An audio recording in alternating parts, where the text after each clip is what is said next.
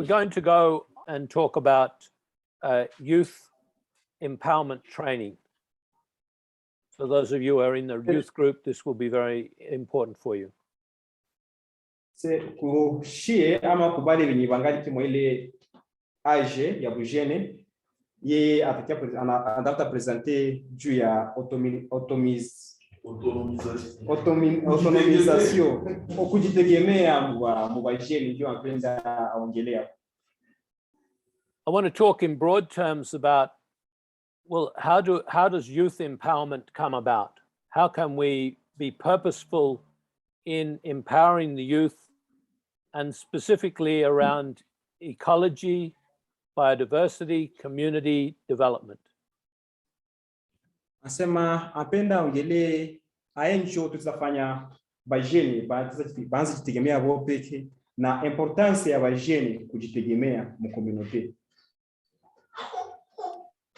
The photo you see on the screen are my sons. Na hii mafoto yanaona hapa hivi ku screen bali batoto yake bagarso yake bali. But 10 years ago. Lakini ni biza ilipita iko vya leo vya jana. So they look a bit older now. Lakini sai waisha kumala iko tena ba petit vipale. And they live in different parts of the world. They don't live near me. One son lives in California. One son lives 2,000 kilometers away. And this son lives 4,000 kilometers from me. Aba wote jua shakomala haweshi pamoja na bababu. Ule mmoja anaishi California, mwingine anaishi ku 200 metre ka 2000 metre kwa wake kwa mwingine anaishi kama ku 400 metre tangia kwa wake. So abishi pasi moja. This son works in mental health with people that are having a struggle with their life. Na ule huyu wa mwisho huko hivi anatumikaka na batu benye yuko sawa baisha ruka baisha ipidisha ruka batroma na bibi na wazimu. This son is a high school teacher. Ule ni mwalimu sekondari ule katikati. This son is a project manager for building projects. Na ule anakuwaka program manager wa maprogramme sana mu construction ya kujenga. I'm just saying that to say that empowerment at a young age will often lead to the young person when they are adults being able to follow a career that helps to that they can maybe enjoy but also contribute to the community. Na kujitegemea nongali mdogo inakusaidiaka wewe kunajenga karieri yako. Na pia kujenga karieri yako unakia kutana kule mbele unakuwa mtu wa maana mu community na unaanza kusaidia community.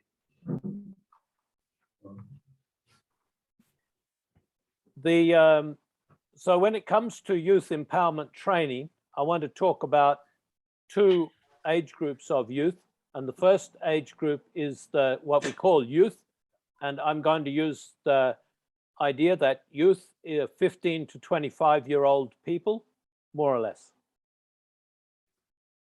Lakini hapa hivi hii parti yake atakani kategorize bajene mu groupe mbili na tanza ile groupe ya 15 a 25 kisha tajia kante nyingine groupe.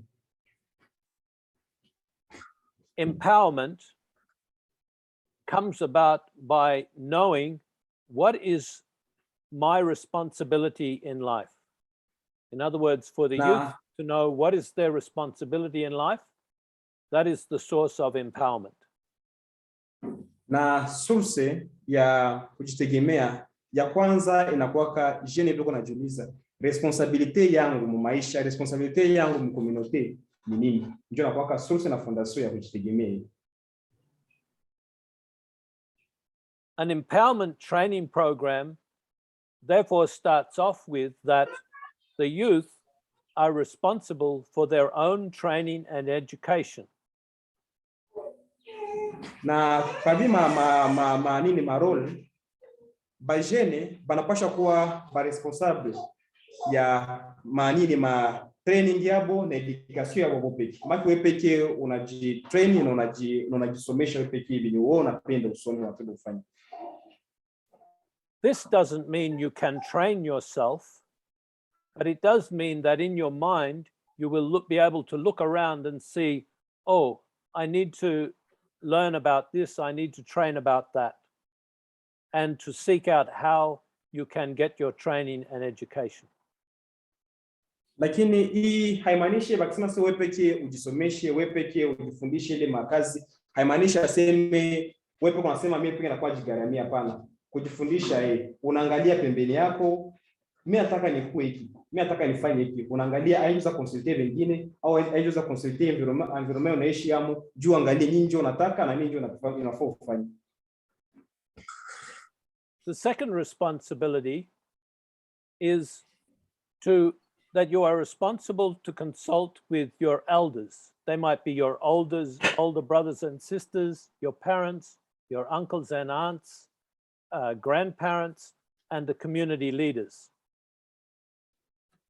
Na ingine responsabilite ya jeune, unapasha consulter bakubwa baza kwa na kuko ingine kategoria bakubwa sasa vile bakubwa wako, badogo yako, bazazi yako, bayomba yako, bashangazi yako, batate yako na wengine ba viongozi ba community, ndio ni responsibility yako kwa consulter bali watu.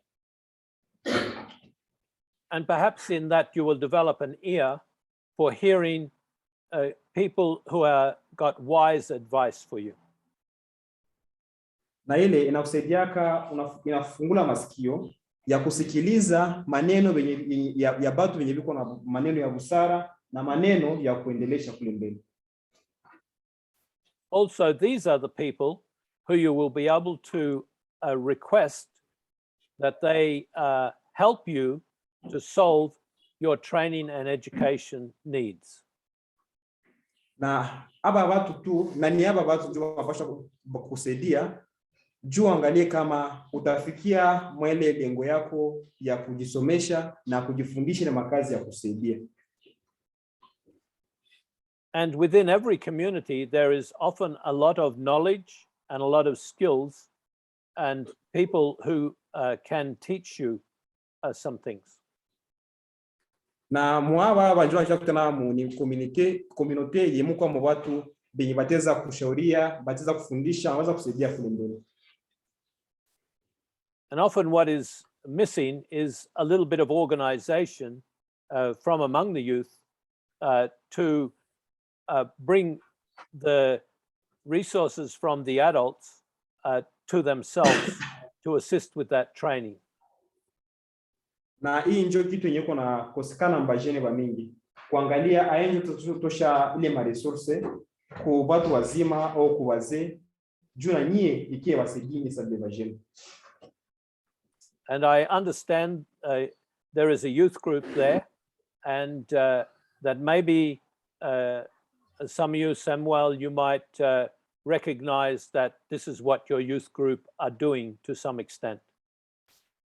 And you can tell me later if this is true or not. Okay. Anasema na wajua na hapa hivi nako tuko na nile group ya bajene, wote kwa na magrupu ya bajene, me shingi tunapasha jua eski tunafanyaka hivi au tufanyake hivi yenyewe kuna sema. Me azapenda asikie kwenu. Eski ndio tunafanyaka vile kujitafutia shepeke gisi nini tunampenda tusome, consulter basé, eski tunafanya vile au tufanye vile shie sa vile group ya bajene tuko wapi? Yeah, so from the response, that is some of these ones are done and others are not. Yeah, great, and you get it. That's the main thing.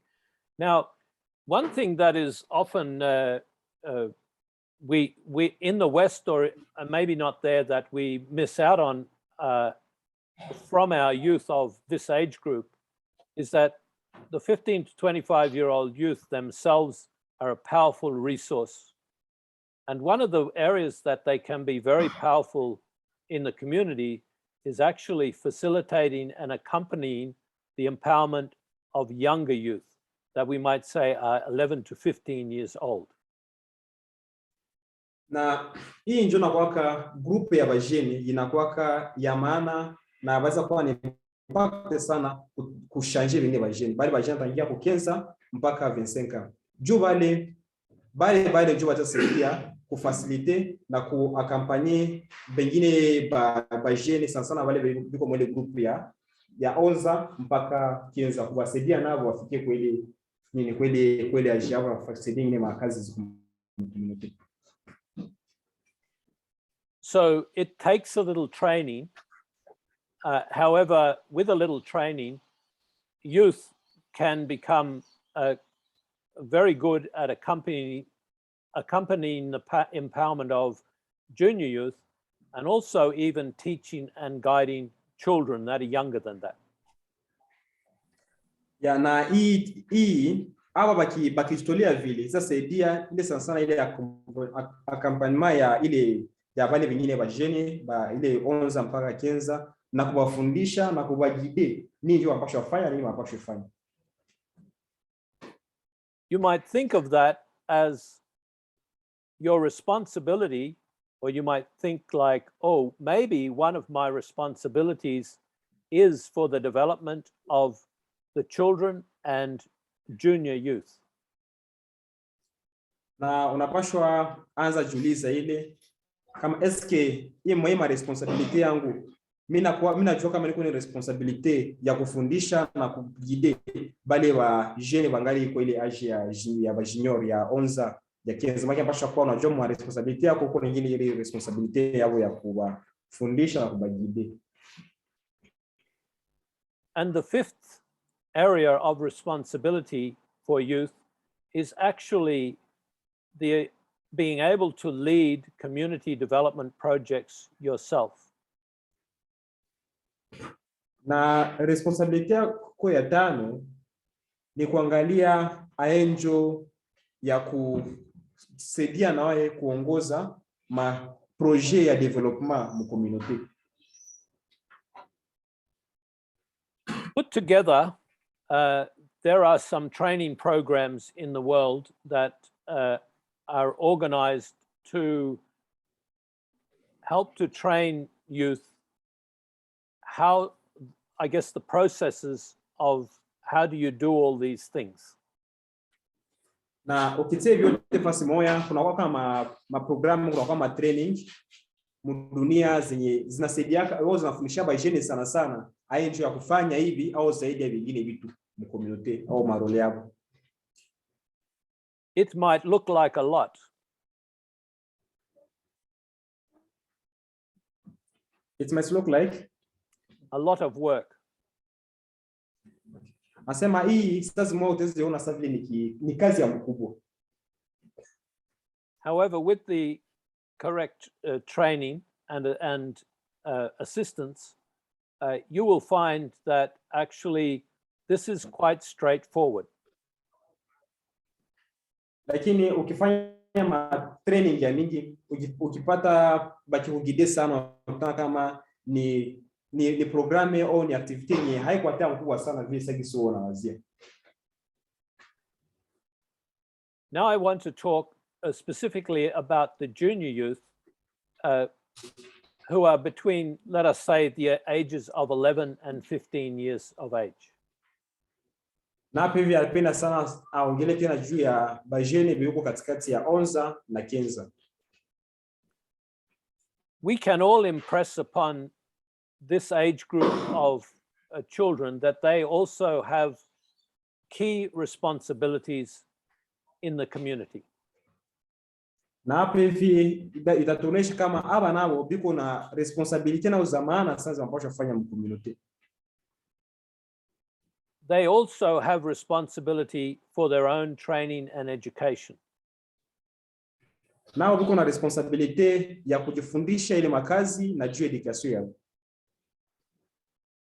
Maybe their ideas about this are not as strong as older people, but they can get a clear idea of what they like to learn and maybe even what they should be learning. Hata kama kwa hii age najua kutana kama maide ya hii age ya watoto haitakuwa sawa vile maidea bali viko tangu 15 mpaka ku 25, lakini hapa hivi nao wapata ule maidea kidogo kwa capacity yao ya kujua nini ndio mnataka na nini ndio napenda nisome au na nini ndio napenda nikue.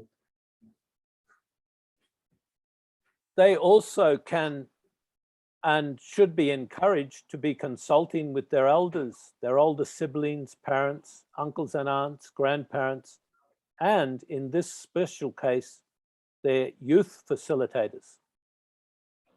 Nabo ambasha kuna responsabilité ya consulter batu bazima, consulter bakubwa wabo, wazazi yabo, bayomba yabo, bashangazi yabo, batate yabo, na tena hapo iko na nyingine responsabilité yako speciale ya consulter bezabo ba jeune bibaza ba guider mu maisha.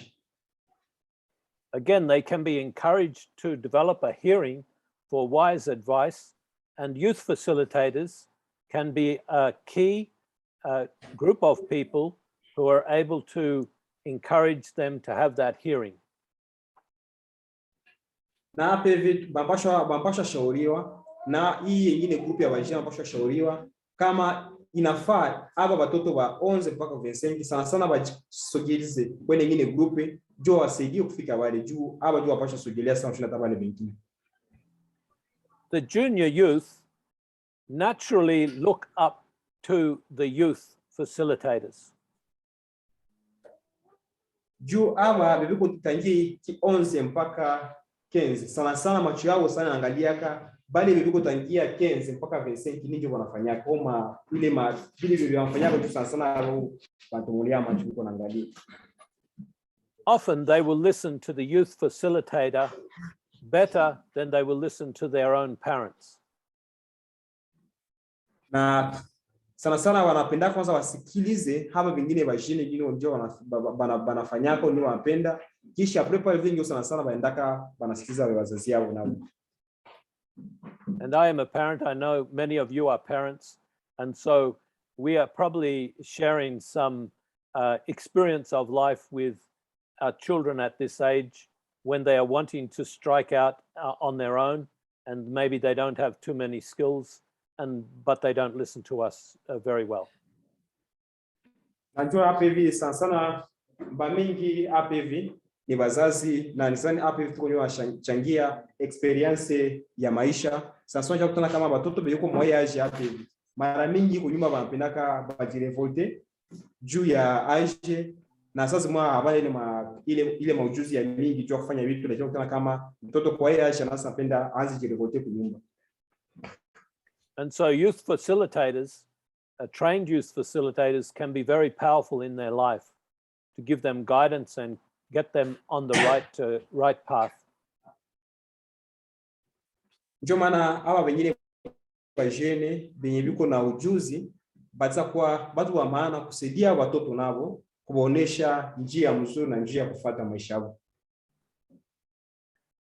These young youth also have the responsibility to support family work and activities, assisting the young children perhaps in their families, and also very, very important that they do have the power and the ability to organize into teams to implement community development projects.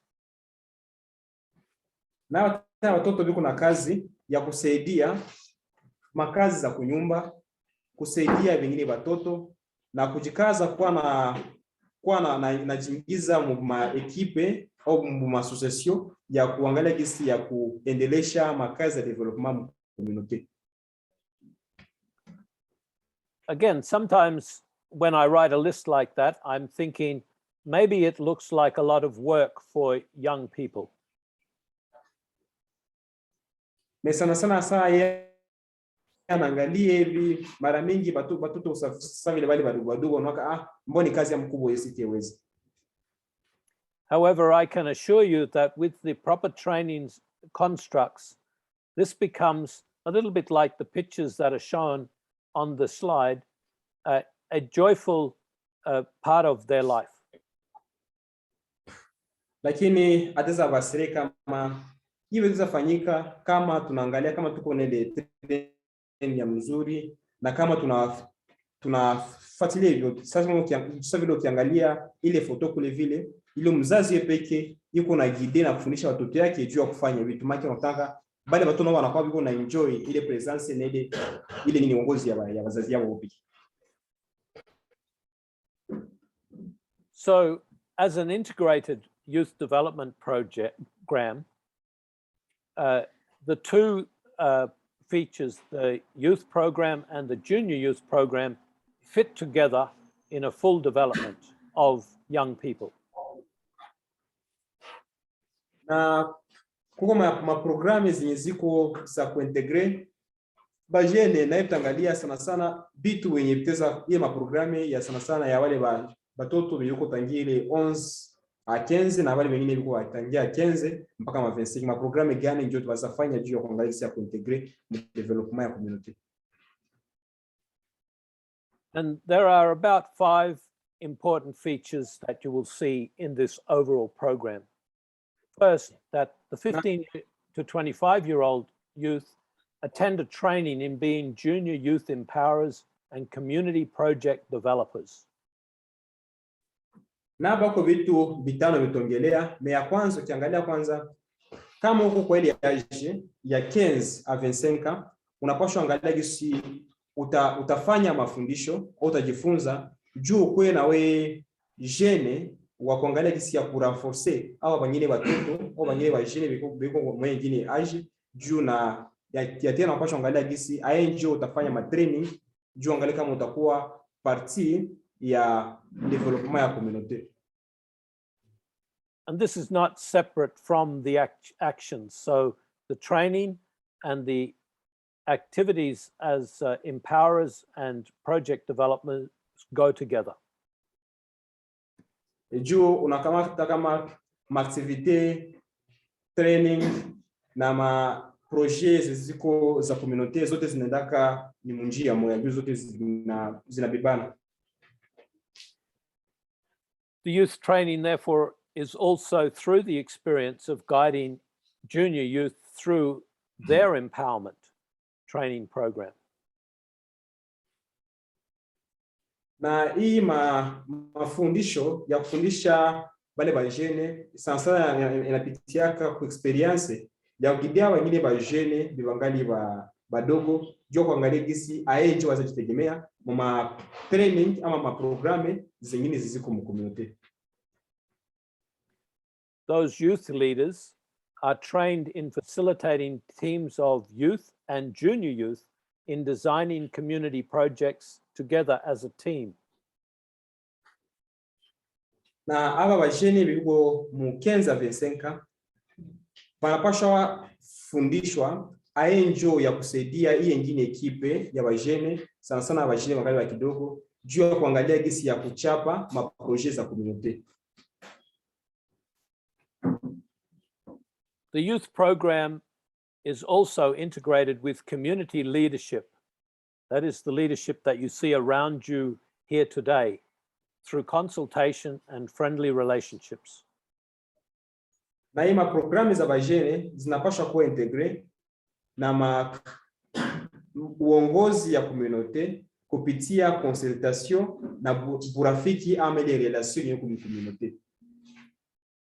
And finally, youth can also be trained through these programs in the fundamentals, the basics of children education to help the children themselves. Na sana tena ya mwisho bajene washaangalia gisi batafundishwa juu kuangalia ayenji waza kuwa savile fondation juu education ya wengine watoto.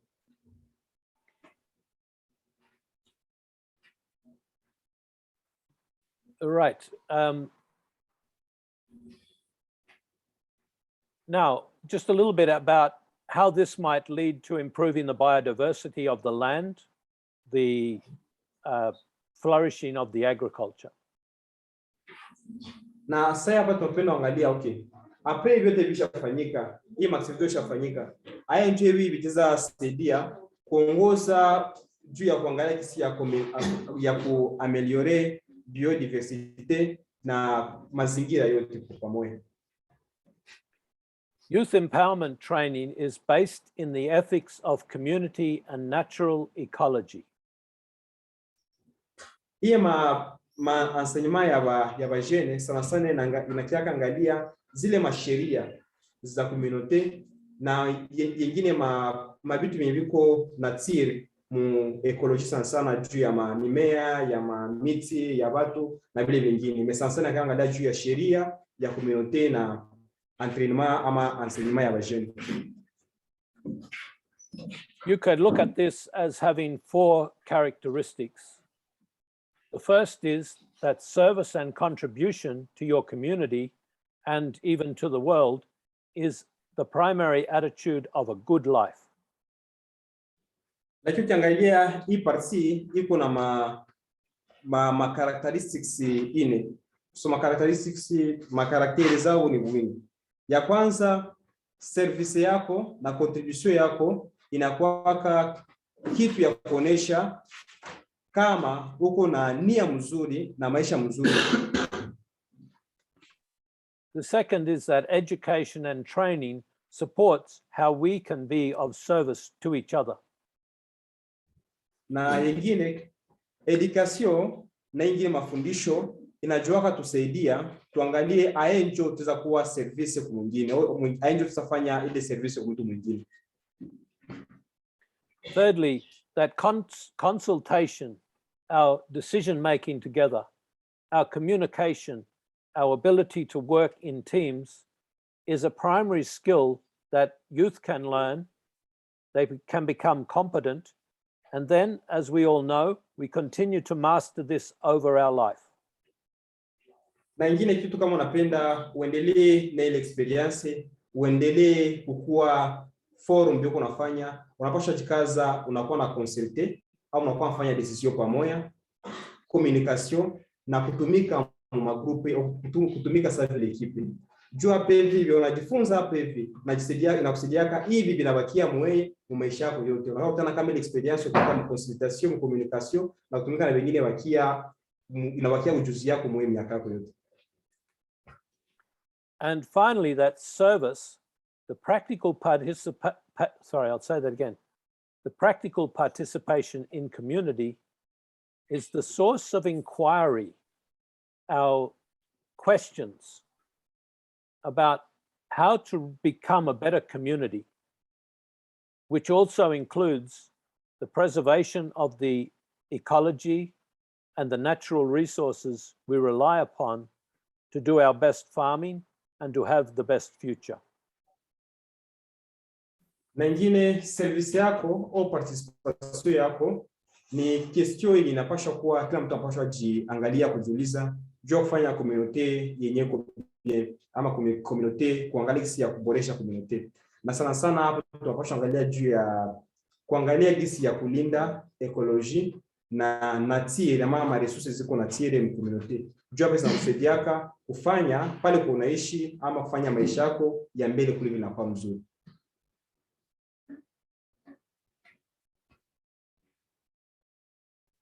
This is an organic process, it is like a natural process. Lakini hii processes yote ni processes yenye iko organic na inapaswa kuwa processes yenye iko nature. Yenye iko naturel.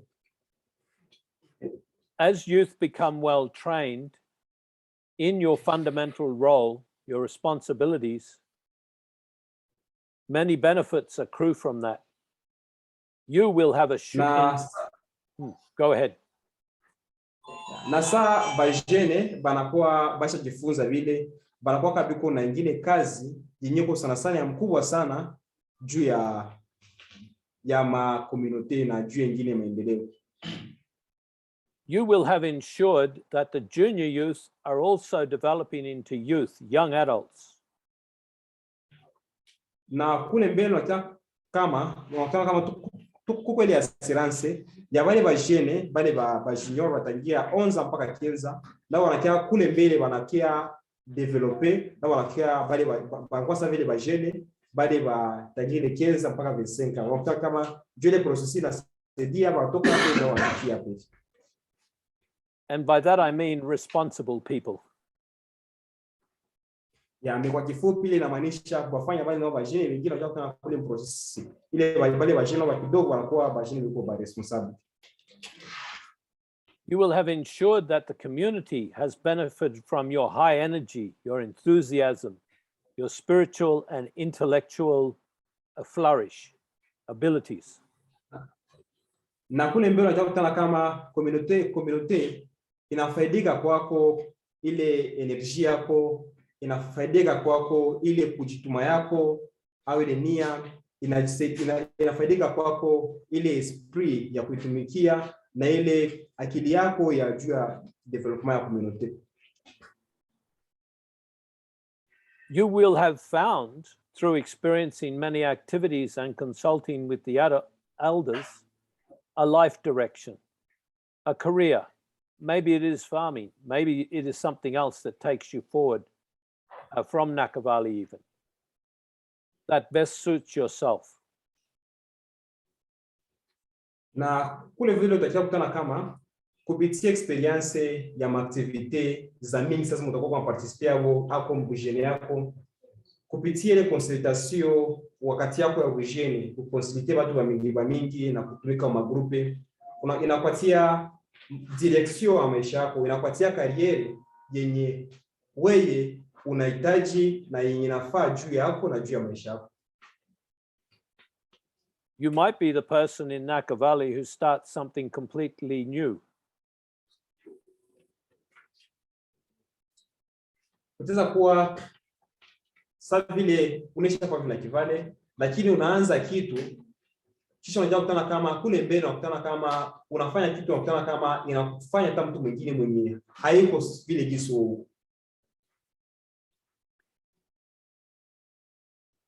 Through this training, you will also be, and your activities in the community, you will also become clear the type of person that might most suit you as a life partner, your husband or wife.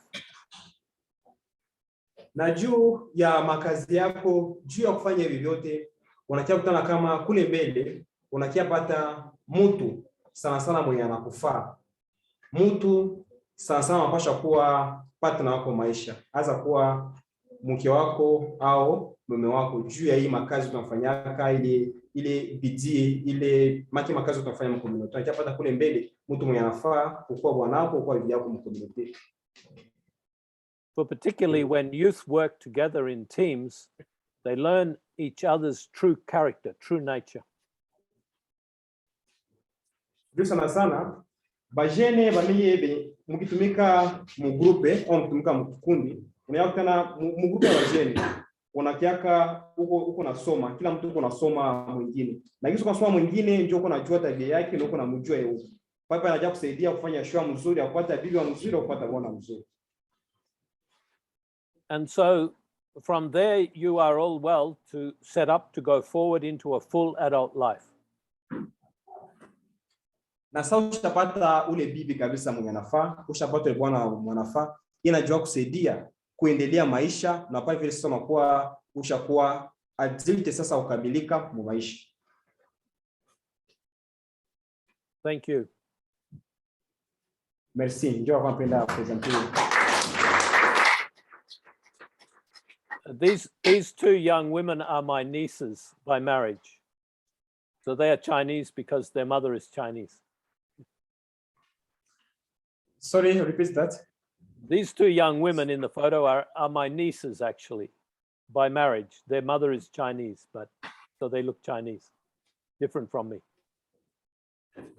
So aba beona mu mafoto bale ni bashinwa juu ni watoto ya myombaki. Me mamabo ni ba mamaki ni mamabo ni Shinwazi ndio maana nabo ni ba Shinwazi budi bushiri wamesha pale hivi.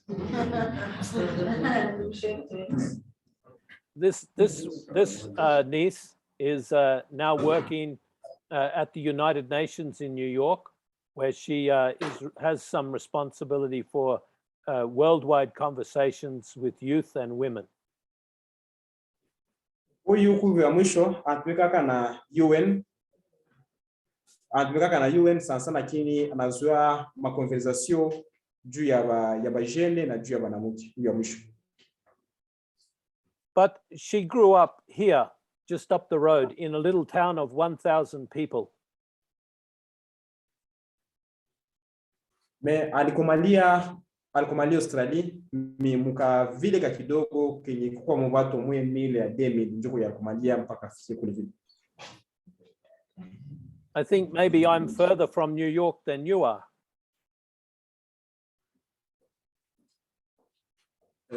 After?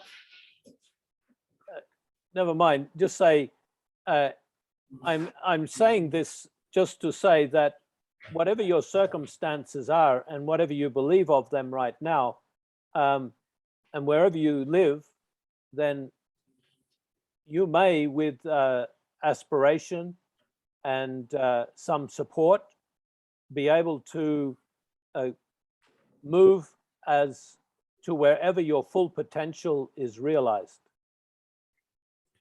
Na mwe vyote sana sana kwa mpenda amaanishe na aoneshe kama mufasi yote pale kunaishi maisha yote ile unaishi unapaswa kuwa na watu banani batu bakujifunzia hapo. Mtu unaangalia na mimi ndiza penda ni kwa vile mtu fulani. Unaishi nafasi mnakuwa najua mimi na maisha yangu napenda kwa sababu mtu fulani. Na unaanza tumika sana jua angalia kule mbele kwa utakuwa mtu fulani. Ndio sasa kwa naita un example bwa watu juu kupata na hii maisha ya mtu fulani yaweza penda kwa na unaanza ishi juu kwa yule mtu fulani kule mbele. So thank you very much again, and that is the end of this presentation. Nasema merci sana tena na ile ndio ilikuwa mwisho ya presentation.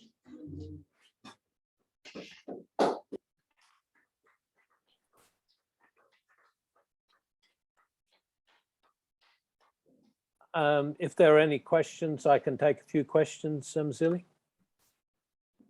Nasema kama kutakuwa mtu mwenye yuko na question juu ya anasema hata kama hata makisio za kidogo kisha tuendane ile program.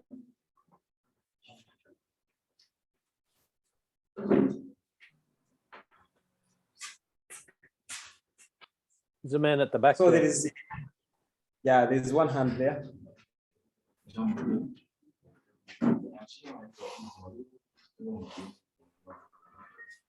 Maybe at least yenyewe nataka ongea sio haiko swali, ni juste tu kuongea par rapport na sujet mwalimu anaanza kupatia hapa. Alors, mimi ici nataka ongea ni juu ya habilité à kujitambua étant jeune, ni on appelle nous question. Il est très souvent assez kusogelea basi tuongelea kwenye kwa experience ya maisha, sasa fulani maisha. Lakini tukiachukua Afrika mkominote na kibali bashene wa mimi wanapenda kusawa kucha hawaii kama inalomba utafuta kupiganisha ili sile chakula iwe na tunapenda tukamate vitu tunekemalisha kwa hiyo ndio tunapenda kukula. Kwa focus avec hii idéologie ya kusema kila siku tunaweza ma séminaire za améliorer ma capacité za donc ma capacité soit dans domaine environnement mon agriculture inaweza saidia bajeni bamini kujitambua na kujua kama naweza kibila kwa mtu fulani mwenye kwa experience kidogo yenyewe inanisaidia maisha na ile itaendelea kutusaidia kujijua na kujitambua kujua nini naweza fanya au mimi ndo nani naweza saidia kwenye naishi amo na mona gani jeni nitapenda niongeze. So Owen is called Malula, is one of the refugees, Congolese refugees here in Naki Valley. He's also environmental activist, but from what you said, he wanted just to have a supplement, and after there's a request, and among all, he was just trying to show the youth that currently the youth are becoming very lazy. They just want already prepared food. They don't want to look for the food and then to learn how the food is good. But now, from today's seminar, we have come to learn that youth need to be self-empowered and have to be self-reliant, and also have to take part in the community development programs.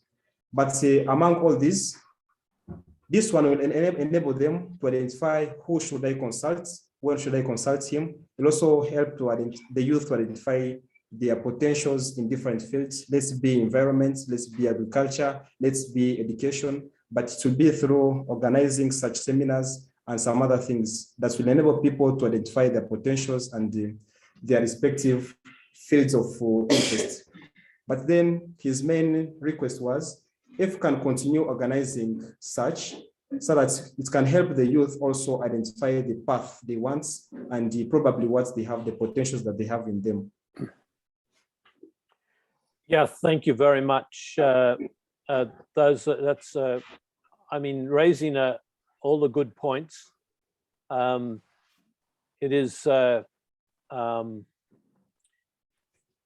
yeah, so I guess the question is, okay, how do we go forward with perhaps some youth training? And while there are programs there and they can be facilitated, how do you get the facilitation there into your community? I'm thinking that this type of mode where we do some training over Zoom or on the internet may be a good way to try and get the youth some training. The first thing to do really is to train the group of youth between 15 and 25 so that they fully grasp how they can then communicate and encourage other youth and the junior youth as well. Anasema merci sana kwa mapoezi unatosha. Anafurahia sana na yengine yakose juu sana alipoya kuangalia haya ndio tutasaidia kukuwa na organize vitu vya hivi ndio kuongeza ile capacity mubajeni.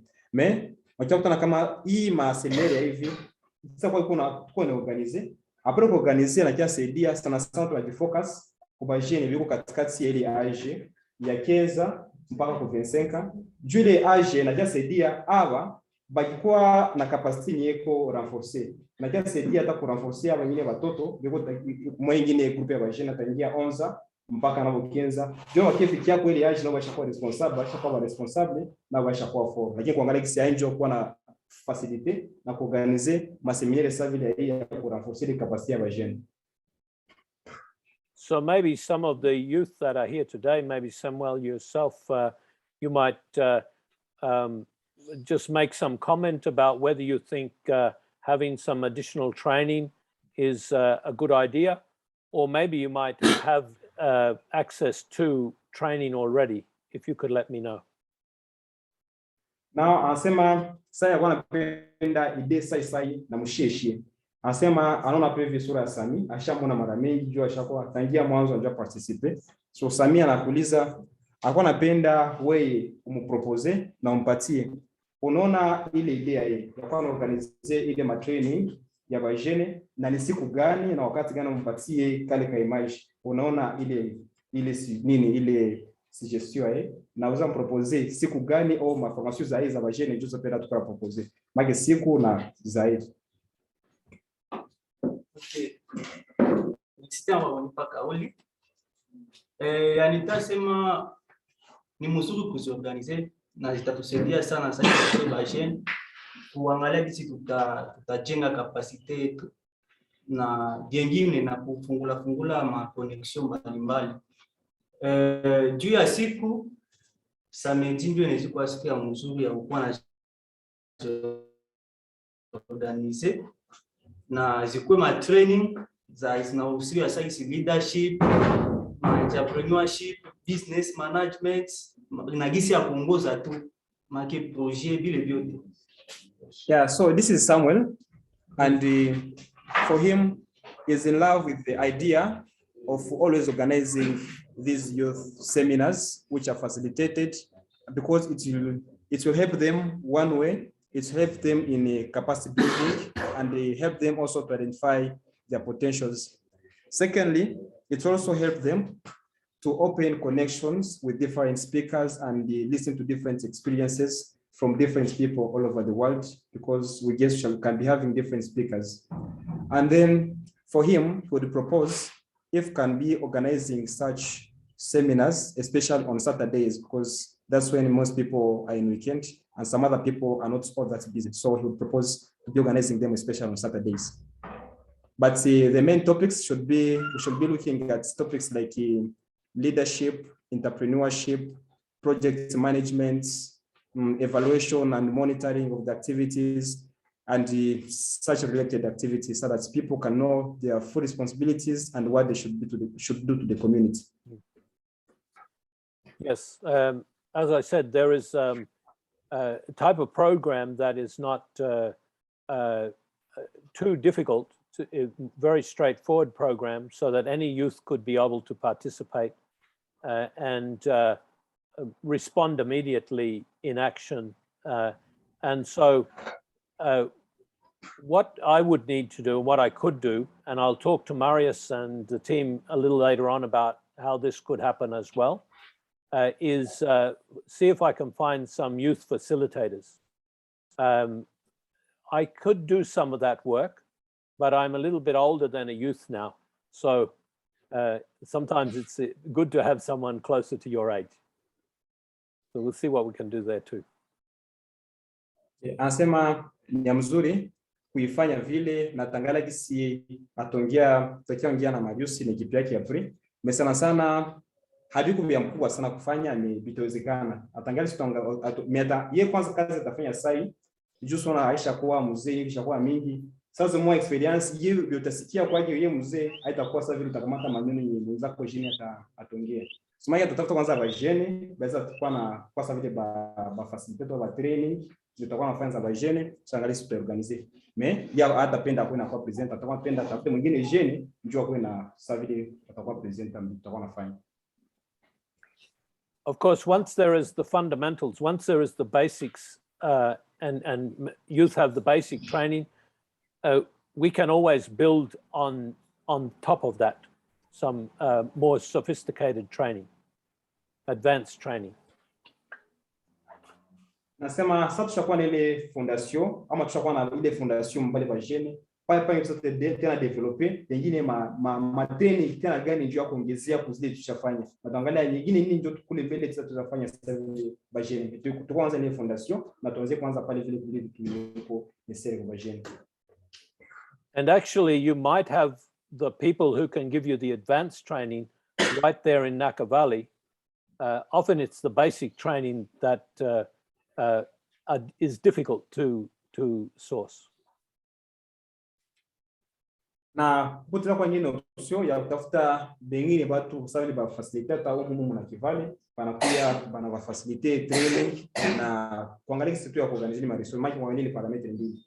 Sasa kwa wakati mwa pata watu kwa niveau iko international ingine wakati tunatafutia ba facilitator au mumu na training. So I'm going to conclude this conversation now.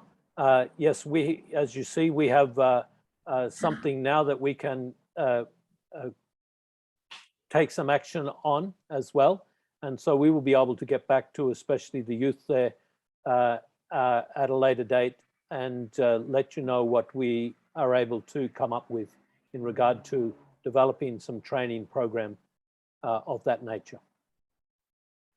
Sema kwa hiyo atachia kwanza hapa hivi tuendelee nyingine ma programe lakini haiko sana viache tunaviacha pale vile ni juu bila biko kunini kuorere ya leo mais tutaangalia kitu kile developer tutaangalia kitu tutabipanga na kuangalia kisa kwa inserir ma training ya bajene au activity yetu juu tuendelee tusaidie muda na bakia tumalizie programme tuko na juu ya journée ya leo.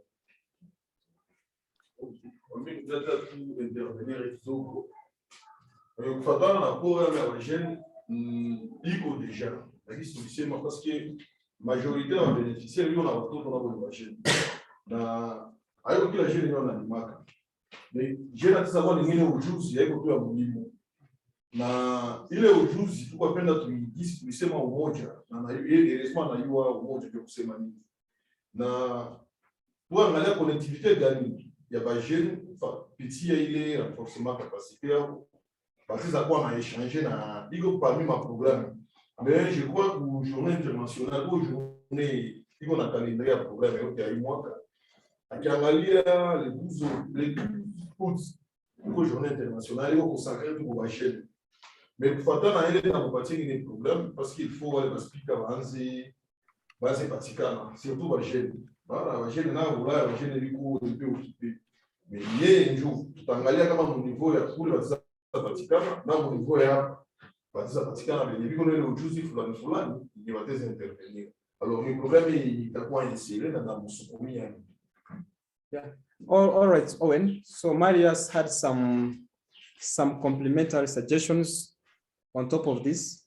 That's when you look at the whole calendar of the international days, because we sent you that attachment. When you check on, I think it's the 12th August, it's the International Day of the Youth, which is specifically for youth. And then that one being one of the program is going to bring in another suggestion concerning the youth, because it's not that all the youth are farmers, but you can be having some other youth who have different technical know-how and may not be necessarily agriculturists. But it's going to give you the whole program, maybe if after planning everything well concerning the trainings of the youth, so that even if you are to look for the facilitators, at least you can be having the whole program, which is well arranged, and then look for the facilitators of some specific days, but everything should just be first organized. Yeah, thank you. And that sounds like a great idea. Gives a couple of months to work towards a really good program for the youth for that day, or it can be on the Saturday if they want. And yeah, I think we can try to take that forward so that it is also an ongoing program that youth are enrolled in and are also therefore in action in the community because of that program. Yeah. So ni programu mzuri, takiangalia kisi tabiplanifie vyote bikwe kuorere, apre kutia kuorere mesansala kisi tulete ile ide iko kwa kila samedi, takiangalia ni samedi ngapi na kuongeza kuprograme vyote, tuangalie kisi tutasaidia mwele renforcement capacité ya bajene na ingine maaktivite na mengine maprojet ya bajene. Great, thank you. So there are some other hands. I don't know whether I still have time for questions so that you can allow at least other. I don't know. Yeah, Ronald is here. I think, what time is it there, Mzili? It is 3 minutes to 11.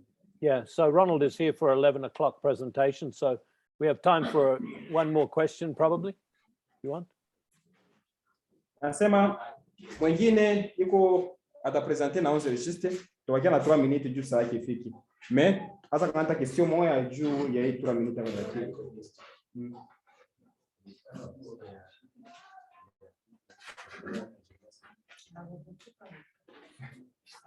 tutakwenda zote mbili macho. Tutakwenda zote mbili, na tutakamata yake na tutakamata yako mrejeshe moja kuparticipate. Sawa.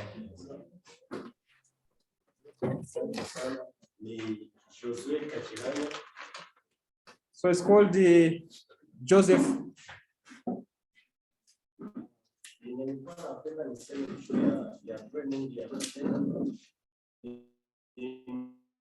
Mzuri kutrene bajene, lakini tuko na bajene ya mingi kwa makibali na unakutana si wote ni wakimbizi. Sasa hauwezi tia chakula kusani yenye hayasukuliwa. Ya maana nimependa kulomba kama training ya kwanza inaweza kuwa kwanza ni kulave cerveau ya jeune mwenye batakuwa biko nafundisha ile mafundisho ya kumprepare na kumsaidia kesho akuwe responsable. Tulikimbia vita na wakutana na mimi bangaliki nile biko tunatize. Sasa seance ilikuwa ile ya kwanza ni kutosha kwanza ili masomo na kuweza kuleta tena akili za bajene, basi mwana kuonyesha kitu kwenye huko unaweza tena kufaidika maisha na unaweza kuwa tena mtu. Baada ya pale ndio uweza sasa kutia ile majifunzo mengine na kuwa mtu. Yeah, so Owen will just give us like one more person, because there's another one who eagerly wants us to have something to talk.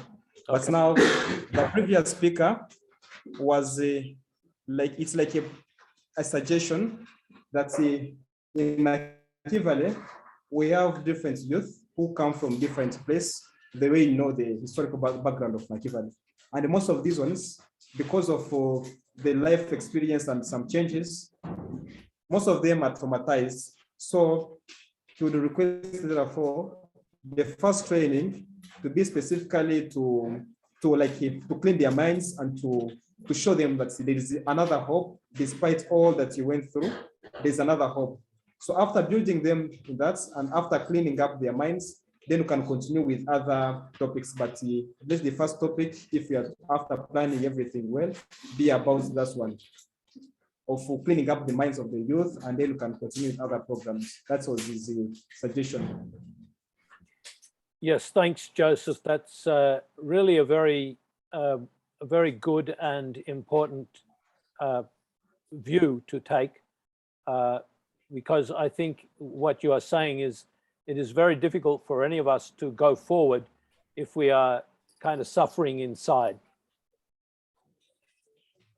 Hasa unaingia ni vya maana na ni vya maana sana juu ni nguvu kwa kila mtu kuendelea kama ungali kile kidonda kinyuko muro yako, lakini ya maana kwanza ni kuangalia sasa kufunisha ile kidonda ndio sio nyingine nyingine maaktivite.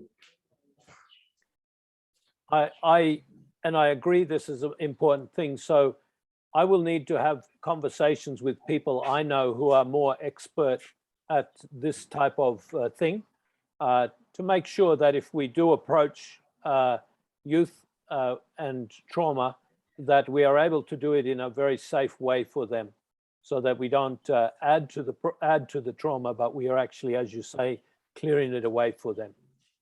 Thank you. Asema kufanya hivi ataongea kwanza na watu wenye viko na ile nini na ile domene ya ile ya nini ya kuangalia jinsi ya kusukula watu wenye washakuwa traumatized.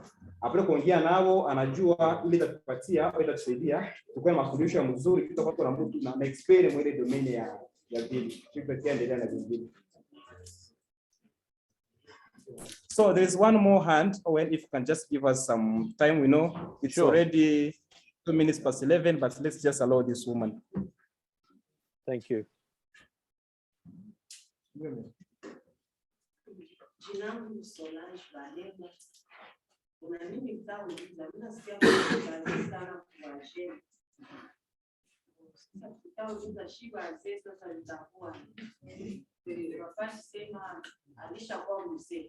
Na yeye hawezi pana tena mafundisho kwa wajeni, kwa lete mwalimu juu afundishe wajeni juu wasikie sana. Sasa shiba zitawaje kumkulima ama kutakupanulia na shiba sisi kufanya.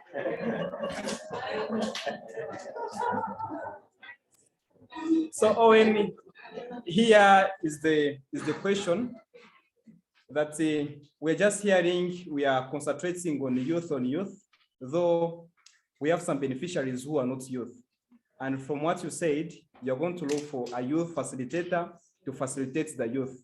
So since you're also old, why don't you also look for an old person to facilitate the old people so that they can also increase what they know? But you are just talking about youth, you're not concentrating on old people. Why? Yes. Well, yes, in this topic, yes, that's what I am doing. But in other topics, like what is coming up and what we are doing is, yes, there will be plenty of us old people talking to old people. So you can be assured over time, there will be a lot of that going around. Yeah. Nasema sai ndio kweli kuongelea vya vijana, lakini kule mbele tukiangalia aina sasa ya watu ya wazee watakuwa wanaongea na wazee. Niacha kwanza hivi watu wote wanaongea vijana, lakini programu ya wazee kwa wazee ndio itakuwa.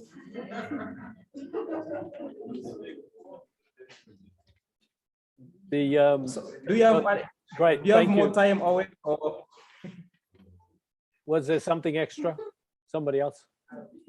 yeah, there's one more person, so I don't know whether he should be the last or if it's quick, let's have one last one and then we'll move on to Ronald. sema asho kwa mwisho juu tuingilie na mwingine.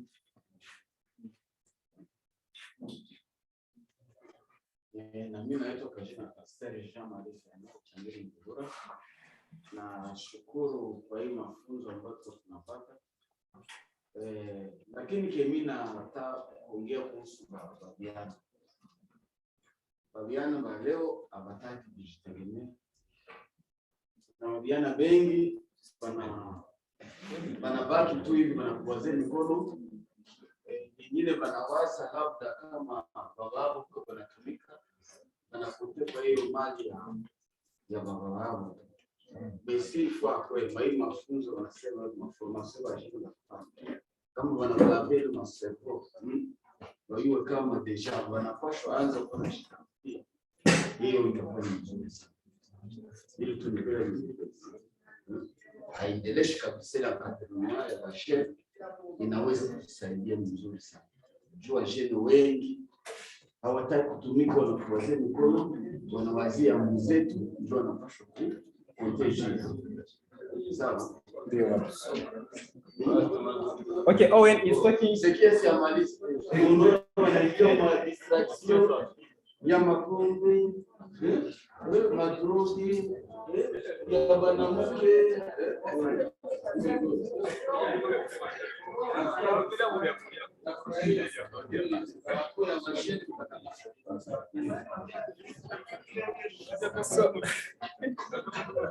So he just wanted to thank you for all that you are doing, especially to the youth, to the farmers, because this is the second time to be here. He learned a lot from the first seminar, which was the last time we had it here. So even for the second time, so you can see we are looking for the programs of also helping the youth to continue with their own work. Last time we were just talking about agriculturists and farmers, but at least now we are also bringing in programs to also help the youth. So he thanks you for that, and may God bless you. Yes, thank you for the comment, and it all goes together. It is part of one woven mat in the end, you know. There is really no separation of these things. Asema ndio maana tunapaswa kamatana hivi mikono, juu kikamatana mikono hivi, separation hivi inakuwa iko nguvu sana. Inafaa tukamate mikono juu tufike mbali.